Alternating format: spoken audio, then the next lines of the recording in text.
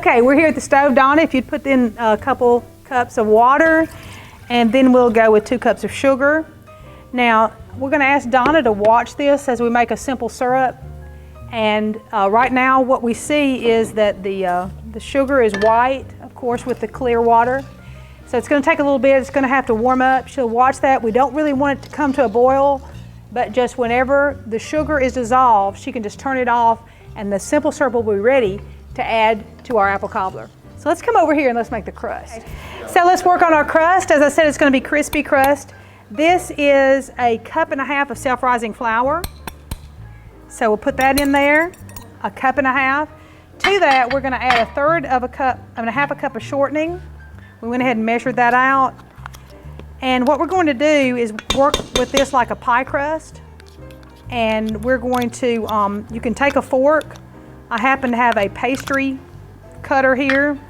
So we're going to use this. And we're going to work with this until it resembles like peas.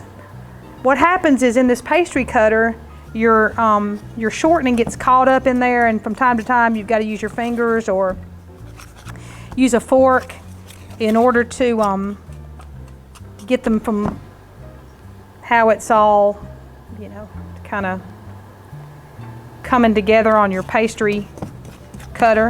If you don't have a pastry cutter, like I said, you can use a fork. For years I just used a fork. Just mash it around there until all of your shortening is incorporated in your flour, just as if you were making a pie crust. Of course, how many of us make pie crust anymore? But anyway, I digress. We're making a cobbler. All right, so here we are, and I've got that mixed up.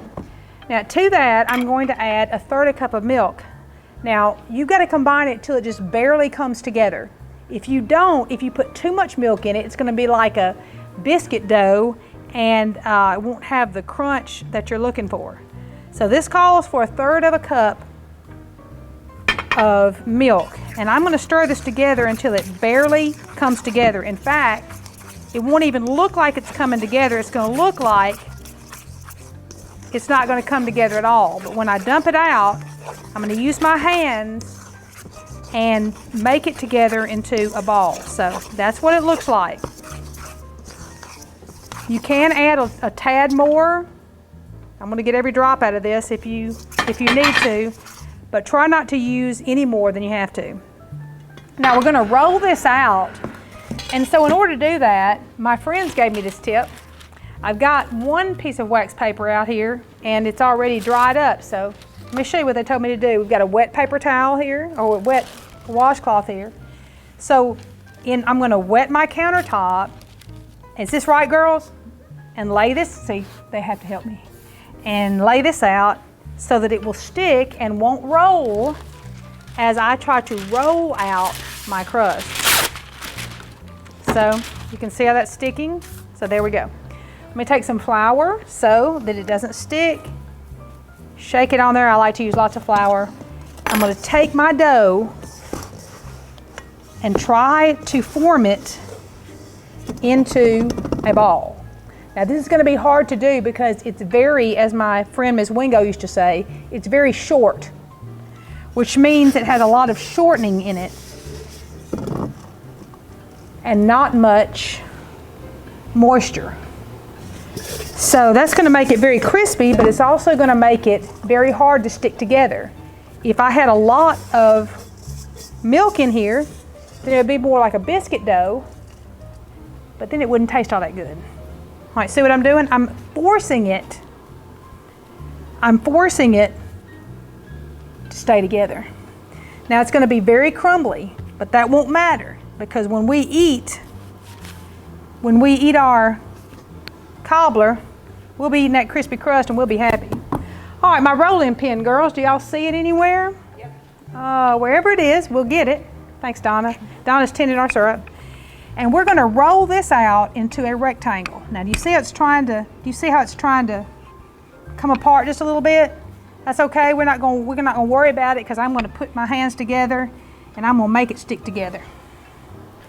So we'll put more flour on it. See how flaky it is, guys? It's just wanting to come apart. That's okay, we're not gonna worry about it because that's gonna make some good crust. All right, we're gonna try to make it into a rectangle so that we can roll it up into kind of a jelly roll fashion. All right, this is a 1.5 cups to 2 cups of chopped apples. I just used the apples that I had around the house. Probably the best apples to use and are tart apples, apples like Granny Smith. This is not Granny Smith, these are just apples that I had because we just use what we have, don't we? That's what I do. Whatever apples you have, you may have a tree with apples. Now you see how that's falling apart, and I'm pushing it together and making it go together because I don't want to add any more liquid to it, because if I do, that's going to make it not as crispy. And if you're like me, you like crispy crust. All right, girls, how are we doing over there on melting that butter? It's ready? Okay, if y'all will bring it over, tell you what, why don't you bring it over with and bring a some kind of a cloth to set it on so we don't want to burn our countertop. And what I'm going to need is a knife. If I can get one of y'all to grab a knife.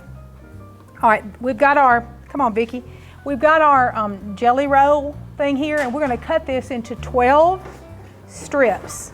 All right, just as if you were making a cinnamon roll. So we're going to cut it in half first. Okay, then I'm going to cut each half in half, and then each one of those fourths in thirds to make 12. So there's 1, 2, 3, 4, 5, 6, 7, 8, 9, 10, 11, 12. Okay, now we're going to take it and turn it up so that you can see, oh man, I forgot my cinnamon. I think I'll just sprinkle it on top. You know, that's the way it goes, girls, men. All right, sorry, we're just gonna sprinkle it right here on top of that, and then we put it in here, we're gonna sprinkle more. So you can see the apples, so we're gonna go 1, 2, 3, 4, 5, 6, 7, 8, 9, 10, 11, 12. Can I get one of you girls to bring the cinnamon over here? All right, let me tell you what we're going to do. What we should have done is when we put those apples in a long strip on that dough, what I should have done is taken my teaspoon of cinnamon and sprinkled it right on the apples and then covered it up. Well, I didn't do that. I forgot to do that. So, you know, it may happen to you. So what I'm going to go ahead and do is I'm going to sprinkle some, I sprinkled some on the top. I'm going to sprinkle some more on the top of each one of these. If you like nutmeg, you can add nutmeg to it.